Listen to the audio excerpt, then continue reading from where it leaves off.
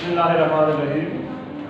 Rutherford का एटमी model और Bohr के एटमी मॉडल पढ़ने के बाद आज हमने इन दोनों में कंपैरिजन करना है, यानी हमने मुवाजना करना है। दूसरे लफ्जों में हमने दोनों के एटॉमिक मॉडल के दरमियान जो फर्क है, डिफरेंस है, वो पढ़ना है।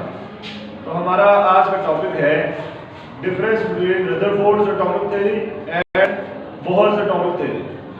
तो पहले हम रदरफोर्ड का नाम लिखेंगे, उस रदरफोर्ड के एटॉमिक थ्योरी में जो भी बातें थी वो लिखेंगे।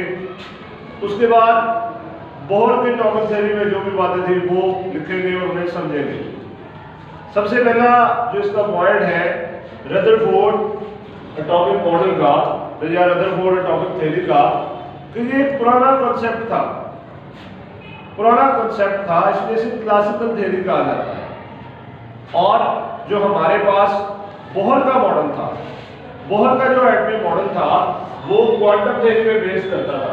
जैसे कि आपने बोहर एटॉमिक थ्योरी पढ़ते हुए पढ़ा कि क्वांटम थ्योरी क्या है, कि एनर्जी जो है क्वांटाइज्ड है। क्वांटम थ्योरी से निकला है क्वांटाइज्ड। क्वांटाइज्ड का मतलब होता है फिक्स होना, कि इलेक्ट्रॉन्स गोल दायरों में ऑर्बिट्स में घूमते हैं जिनकी एनर्जी क्वांटाइज्ड होती है। तो ये है क्वांटम थ्योरी, जिसकी बिना पर बोहर का एटमी मॉडल बनाया गया। दूसरा पॉइंट है इसका जी कि रदरफोर्ड ने वैसे कह दिया कि इलेक्ट्रॉन्स न्यूक्लियस के गिर्द घूमते हैं। उसने ये नहीं कहा कि वो दायरों में घूमते हैं या ऑर्बिट्स में घूमते हैं या ऑर्बिट्स किस तरह के होते हैं, यानी ऑर्बिट के मुताबिक रदरफोर्ड ने कुछ भी नहीं कहा, जबकि बोहर ने क्लियर कट बात कही कि इलेक्ट्रॉन्स न्यूक्लियस के गिर्द गोल दायरों में घूमते हैं, और गोल दायरों में जिन्हें ऑर्बिट्स कहा जाता है उनका एंगुलर मोमेंटम फिक्स होता है। ये दूसरा point. Electron revolve around the nucleus, यानी रदरफोर्ड कहता था इलेक्ट्रॉन न्यूक्लियस के गिर्द घूमते हैं, कहां घूमते हैं, कैसे घूमते हैं उसने नहीं बताया। जबकि बोहर ने कहा electrons revolve around the nucleus in orbits of fixed energy. Electron nucleus के गिर्द उन ऑर्बिट्स में घूमते हैं जिनकी एनर्जी फिक्स होती है। तीसरा point, no idea about orbit was introduced. Orbit के मुताबिक इसने कोई आइडिया नहीं दिया, कोई तसव्वुर नहीं दिया, वैसे ही कह दिया कि इलेक्ट्रॉन न्यूक्लियस के गिर्द घूमते हैं। जबकि यहाँ पर बोहर ने कहा कि इलेक्ट्रॉन न्यूक्लियस के गिर्द गोल दायरों में घूमते हैं जिन्हें ऑर्बिट्स कहा जाता है, और उनका एंगुलर मोमेंटम होता है, और वो एंगुलर मोमेंटम क्वांटाइज्ड होता है। क्वांटाइज्ड का मतलब फिक्स होता है, यानी वो फिक्स्ड एंगुलर मोमेंटम वाले ऑर्बिट्स में जो है इलेक्ट्रॉन्स घूमते हैं, ऑर्बिट्स का एंगुलर मोमेंटम फिक्स होता है।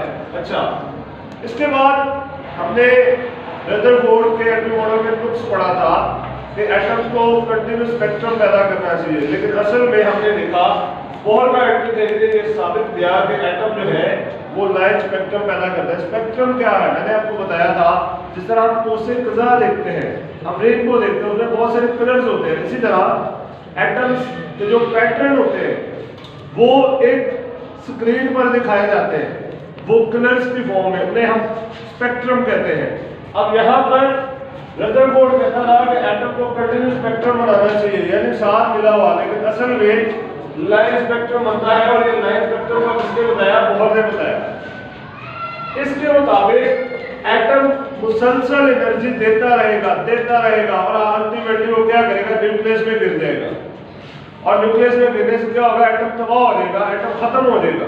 लेकिन असल में ऐसा नहीं होता, क्योंकि बोहर ने ये कहा कि एटम कंसिस्ट करता है। क्यों? क्योंकि हमें पता है, बोहर ने कहा कि जब तक कोई इलेक्ट्रॉन एक ऑर्बिट में है, ना तो वो एनर्जी रिलीज करेगा और ना ही वो एनर्जी गेन करेगा। वो एनर्जी रिलीज या गेन कब करेगा, जब वो नीचे से ऊपर वाले ऑर्बिट में जाएगा या ऊपर से नीचे वाले ऑर्बिट में जाएगा, यानी एटम स्टेबल होता है और एटम एग्जिस्ट करता है। अगर अभी तक आपने चैनल को सब्सक्राइब नहीं किया तो जल्दी जल्दी चैनल सब्सक्राइब कर लें।